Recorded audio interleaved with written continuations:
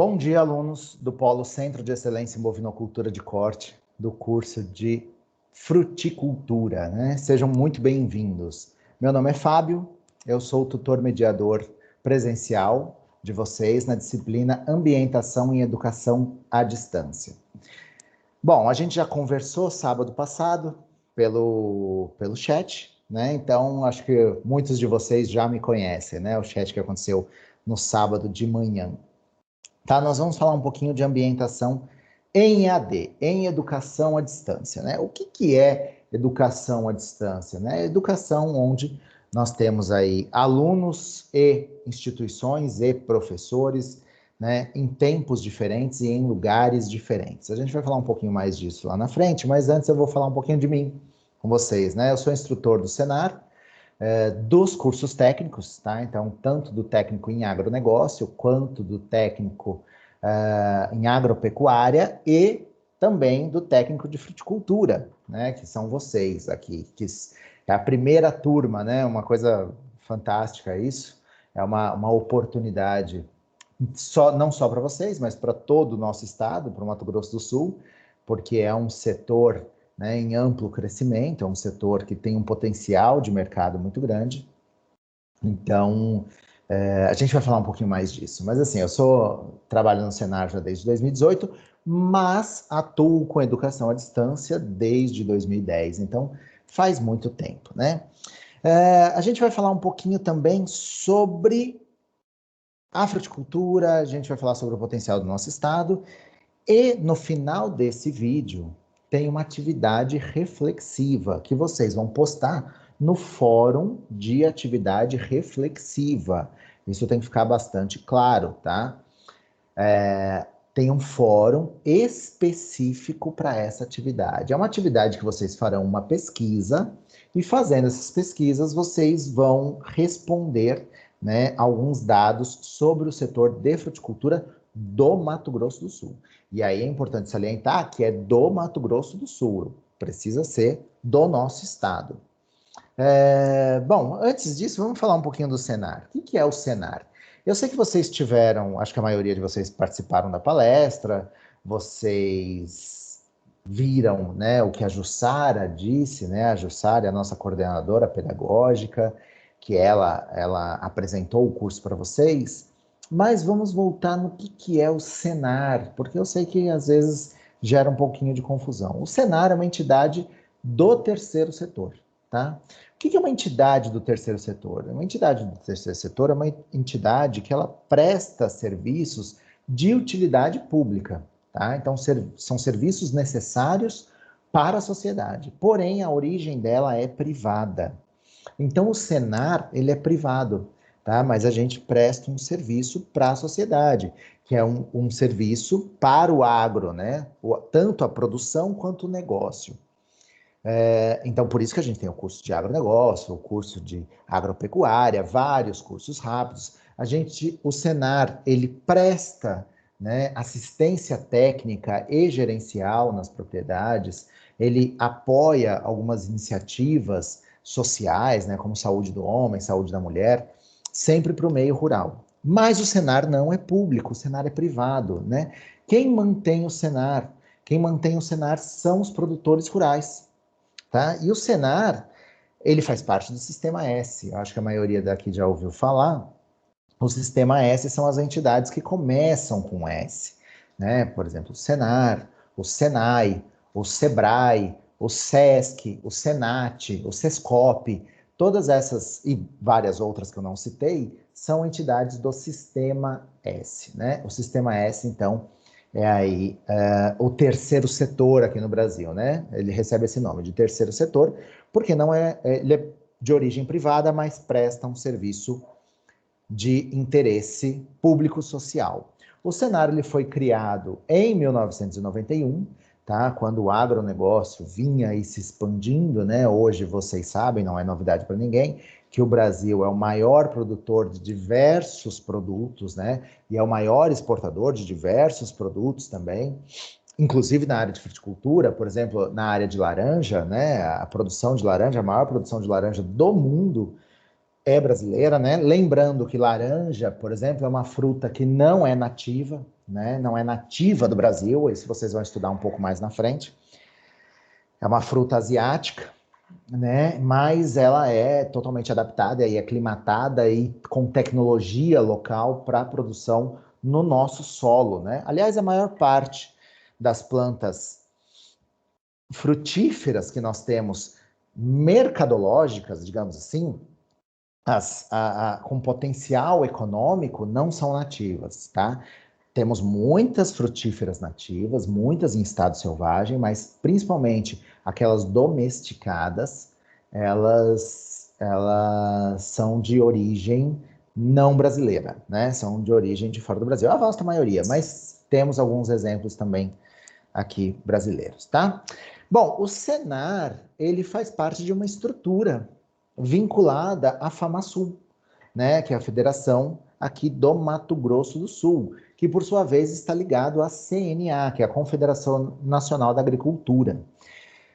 O que o Senar, como o Senar atua? Ele atua muito em parceria com os sindicatos rurais, né? Quais sindicatos rurais? Os sindicatos dos produtores rurais, né? Então tá aí a pirâmide para vocês verem, né? Nós temos a sociedade, da sociedade nós temos uma parcela, que são os produtores rurais, que se organizam em sindicatos, esses sindicatos são organizados em federações e que são organizados pela confederação. E o Senar está ligado, então, à federação e à confederação, tá? Mas aqui do Mato Grosso do Sul. O Senar, ele existe no Brasil inteiro, tá? Então, assim, a gente tem o Senar em todos os estados e no Distrito Federal. Todos, né? O Senar, ele tem uma atuação no Brasil inteiro e ele funciona com uma lógica, com um sistema único no Brasil inteiro, tá? Ele é um corpo, na verdade, de auxílio à produção rural, funcionando em todos os estados e lá no Distrito Federal, onde fica, né, a sede da CNA, tá? Então, eu posso afirmar que o Senar é uma paraestatal, né? Então, paraestatal é isso, é aquela entidade que ela faz uma função que, teoricamente, seria função do Estado, né? Seria uma função da administração pública, por exemplo, educação. Mas a administração pública, muitas vezes não, né, por vários motivos, não consegue fazer, entra entidades que não estão subordinadas a essa administração pública para fazerem esse serviço, que é o caso do Senar, né? Então, vocês vejam aí que o Senar ele já existe há muito tempo. E de onde que vem o dinheiro? Vem do produtor rural, tá? Então, o produtor rural, ele tem duas maneiras de recolher, né, a sua contribuição para o Senar, mas a mais fácil e a principal é sobre a produção. Então, sobre cada produto de origem agropecuária produzido e comercializado, uma parcela vem para o custeio do Senar, vem para manter o funcionamento do Senar, tá? Então, tem até aí um exemplo para vocês, né? O Senar, a gente tem aí, para cada 100 litros de leite, um copinho é do Senar, né? Então, essa é uma ilustração para vocês verem. Então, uma pequena parcela vem para o custeio das nossas atividades, tá? Tá aí a estrutura da pirâmide, né? A CNA, as federações da agricultura, os sindicatos e os produtores rurais, ok? Bom, falamos do Senar, vamos falar um pouquinho do agro, né? Bom, é o setor da economia mais pujante, isso a gente sabe, né? O agronegócio, ele é o setor hoje de destaque do Brasil. A gente vive um cenário de pandemia, um cenário bastante complicado economicamente falando, onde muitas empresas perderam sua capacidade produtiva, estão trabalhando numa estrutura mais lenta, né, com uma linha de produção às vezes fragilizada, mas o agro não, o agro ele continuou crescendo, o agro continuou se expandindo, certo? Só para a gente contextualizar, para vocês saberem muito bem, o curso de vocês é de fruticultura, mas fruticultura está ligada ao agro. O que é o agronegócio, né, que tanto a gente fala? O agronegócio é a junção das atividades urbanas e rurais que envolvem, direta ou indiretamente, a cadeia produtiva agrícola ou pecuária. Então, a fruticultura ela é uma dessas cadeias, tá? Então, nós temos uma principal cadeia, que é a fruticultura, e dentro dessa cadeia nós temos as inúmeras produções. Então, quando a gente pensa numa cadeia produtiva, a gente tem a cadeia pelo produto. Então, só para ilustrar para vocês, fruticultura. Existe uma cadeia, uma macro cadeia produtiva chamada fruticultura, mas a gente pode pegar, por exemplo, a cadeia produtiva do abacaxi. A cadeia produtiva do abacaxi é uma cadeia produtiva dentro da cadeia produtiva, dentro da macro cadeia produtiva da fruticultura, tá? Então, todos os elos, antes da porteira, dentro da porteira e após a porteira, eles fazem, direto ou indiretamente, parte do agronegócio. Então, a esse conjunto, a gente contextualiza chamando de agronegócio, ou seja, são os negócios agropecuários, são os negócios a partir das produções agropecuárias, tá? Aqui no Mato Grosso do Sul, a gente tem inúmeras: a bovinocultura de corte, sojicultura, milhocultura, bovinocultura de leite, avicultura, cana-de-açúcar, cotonicultura, e por aí vai, e a fruticultura, que é o curso de vocês. E aí tem um dado bem interessante, ó, da exportação da safra 2019-2020. Vocês vão estudar no curso de vocês também o que é ano safra. O que é um ano safra? O ano safra, geralmente, ele é representado por 2 números, porque, na verdade, a gente segue uma lógica de produção, a gente não segue a lógica cronológica, tá? Mas isso vocês vão aprender em detalhes. Mas, assim, o ano safra, por exemplo, nós estamos no ano safra 2020 e 2021. Daqui a alguns poucos meses, a gente muda de ano. A gente vira o ano safra 2021, 2022. Isso tem a ver com com o regime hídrico, com a estrutura produtiva, né, com ciclos naturais, mas vou deixar isso para as próximas disciplinas para vocês entenderem, tá? Bom, olha que interessante. Aí tem um dado recente, né, porque o ano safra 2020-2021 ainda não terminou. Então, o ano que nós temos vigente é 2019-2020. O suco de laranja, que eu comentei com vocês, olha aí que interessante, 76,8% do suco de laranja exportado no mundo é brasileiro. É muita coisa, né? É muita coisa, ou seja, é quase 80%. Né? Na verdade, 3/4, mais do que 3/4, isso eu estou falando de um produto apenas, tá? Então, assim, mais de 3/4 de um produto no mundo vem do Brasil. Então, o potencial brasileiro para a produção frutícola, ele é gigante, né? Vocês vão aprender técnicas de produção, mas a gente tem um clima muito favorável, a gente tem tecnologias muito favoráveis, e nós temos frutíferas tropicais, né, que são muito bem adaptáveis aqui, né? Então, vamos entender um pouquinho desse tamanho das coisas aqui no Brasil, né? Já que a gente está falando desse potencial brasileiro, ou dessa participação brasileira no mercado mundial. Olha que interessante, né?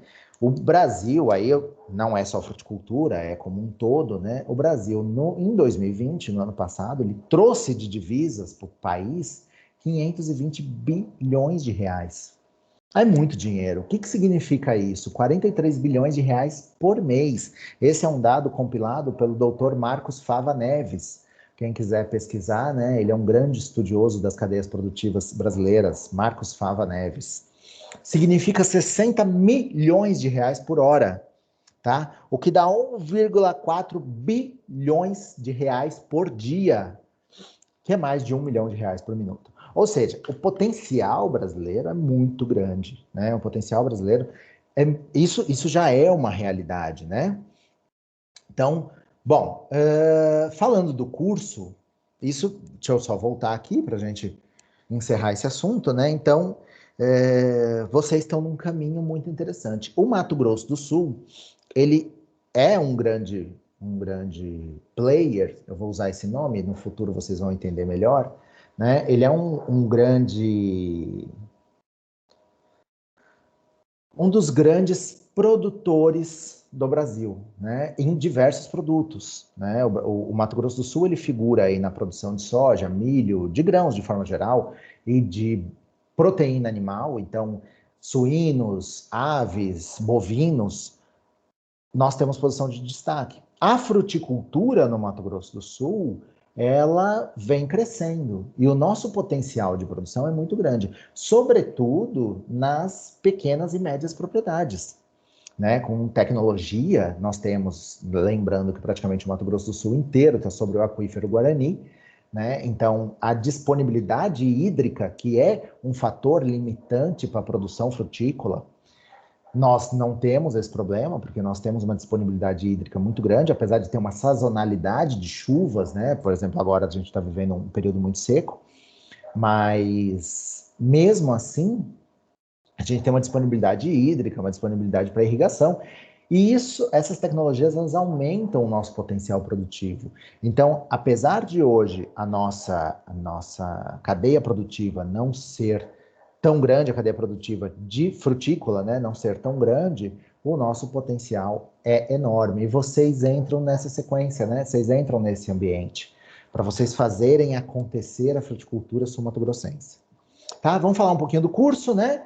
Bom, o curso é um curso técnico, como qualquer outro curso técnico do Senar, né? Ele é um curso técnico aí que ele tem, que ele vai formar profissionais habilitados, né, para a fruticultura, correto? Ele tem essa característica 80-20, que ele é 80% EAD, 20% presencial. Isso a Jussara falou para vocês, então eu vou passar rapidinho.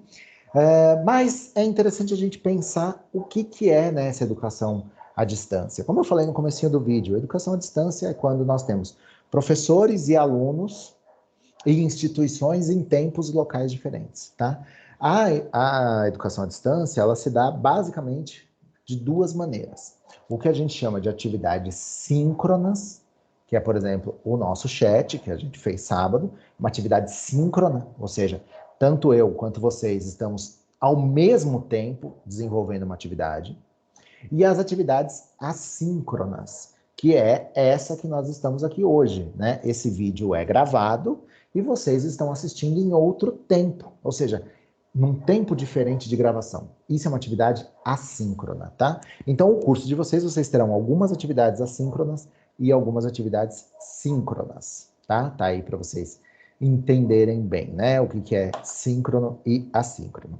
Bom, o EAD, ele tem inúmeras vantagens, né? Isso a gente não precisa nem comentar, né? Que é a parte da flexibilidade. Você vai estudar da maneira que você acha mais pertinente, da maneira que você, nos horários que você acha mais adequado, né? A parte assíncrona, lembrando disso, tá? A parte síncrona não, porque a parte síncrona tem que ser no tempo estipulado pela instituição, mas a parte assíncrona você ganha uma flexibilidade enorme, o que você consegue conciliar com outras atividades, tá? Como, por exemplo, trabalhos e tudo mais. A questão dos custos é muito reduzido. Ah, professor, mas o curso ele é gratuito. Na verdade, ele não é gratuito, né? Ele está sendo custeado pelos produtores rurais. Mas para vocês ele é gratuito. Só que o custo do EAD para vocês também é reduzido, porque vocês não têm custo de deslocamento, vocês não têm custo de alimentação fora de casa, vocês não têm uma série de custos que de uma educação presencial. Então, essa é uma grande vantagem do EAD, né? Nós temos sempre uma variedade enorme de cursos, e aí já vou deixar uma dica para vocês. Entrem no site do Senar, temos cursos curtos, totalmente EAD, né, são gratuitos também, né, são disponibilizados para vocês. Além desse curso técnico, façam os demais cursos do Senar, vocês terão cursos complementares, né, que vai dar uma base complementar de conhecimento muito importante para vocês. Então, sempre que possível, acesse o site do Senar e veja o catálogo de cursos à distância que temos lá, tá? O diploma é reconhecido, perfeito, né? Então, o curso técnico de fruticultura, perdão, o curso técnico de fruticultura, ele é um curso técnico reconhecido pelo Ministério, tá? Então, vocês vão ter aí o seu certificado totalmente reconhecido, né? O Senar é uma instituição oficial, tá? Ele não é uma instituição recém-criada ou coisa do gênero, ele é uma instituição oficial. Você com EAD desenvolve várias habilidades, principalmente habilidades tecnológicas, né? E isso são grandes vantagens nossas, tá? Bom, além disso, eu quero passar aqui para vocês sobre as avaliações, tá? O curso tem uma série de avaliações. Vocês precisam fazer todas as avaliações, tá? Existem as avaliações oficiais, né? As avaliações, como por exemplo as provas, tá? Então vocês perceberão isso, mas tem as avaliações como os fóruns. Então esse fórum ele gera uma avaliação, então é importante vocês sempre estarem atentos a isso, tá bom? Só para a gente encerrar mais ou menos esse assunto, para eu passar a atividade reflexiva, eu quero falar um pouquinho sobre. Eu falei sobre a educação à distância, mas agora eu quero falar sobre o aluno à distância, né? Qual que é a grande diferença? É igual trabalhar à distância e trabalhar presencial? Não, não é igual, né? Não é igual. Você está na frente do computador, dedicando o seu tempo a um estudo, dedicando o seu tempo a uma atividade, dedicando o seu tempo a um trabalho, não é igual a uma atividade presencial, tá? Ele requer mais disciplina. Para você estudar à distância, você precisa ter disciplina. Esse é o ponto, né? Você precisa criar uma rotina, né? Você tem que ter ali um tempo que você vai separar na sua agenda e esse tempo tem que ser rotineiro. Se você conseguir diariamente acessar o AVA e fazer as atividades e, né, ler o material, assistir os vídeos, se você criar essa rotina, você terá muito sucesso. Sem rotina, o ensino à distância ele começa a ficar muito difícil.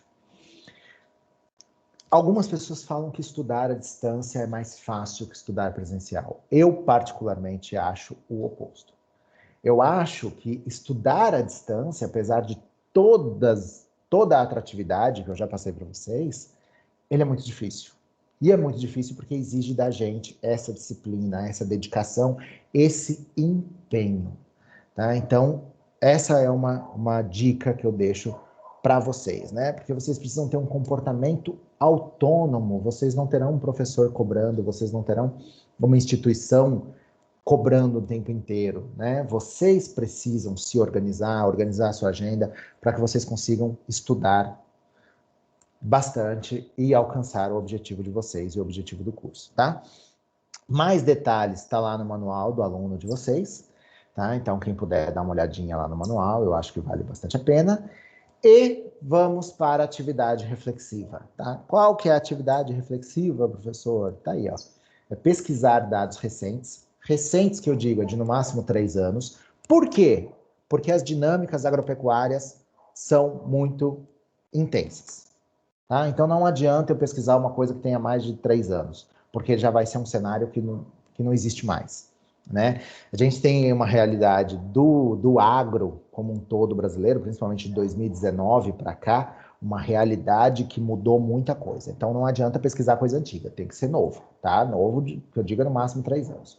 Então pesquisar dados recentes da nossa fruticultura, da fruticultura aqui do Mato Grosso do Sul, e apresentar lá no fórum da atividade avaliativa, que está lá disponível para vocês, as 3 principais culturas frutícolas. Como assim? Eu quero saber quais são. Quero saber se é o quê? É abacaxi, né? É banana, é citros, o que que é? Quais são as principais culturas frutícolas no Mato Grosso do Sul? É a guavira? Será que é a guavira? Não sei. Né? A guavira ainda não é domesticada, mas mas é muito importante a fruticultura da guavira. Não sei, eu quero que vocês me respondam isso, tá? Então vocês vão dizer quais são as principais culturas frutícolas, né? E o percentual de produção delas. Ah, então é abacaxi. Ah, então abacaxi é a primeira com 20% da produção de frutas. Ah, não, é a guavira. A guavira é a primeira com 50% da produção de frutas. Não sei, eu quero que vocês pesquisem e postem lá no fórum. Ok? Eu fico aqui, me despeço de vocês, né? E espero que vocês, né, tenham gostado. E se vocês tiverem dúvida, é só mandar uma mensagem para mim lá no AVA, que eu terei um prazer enorme em respondê-los. Tá bom? Bons estudos, pessoal!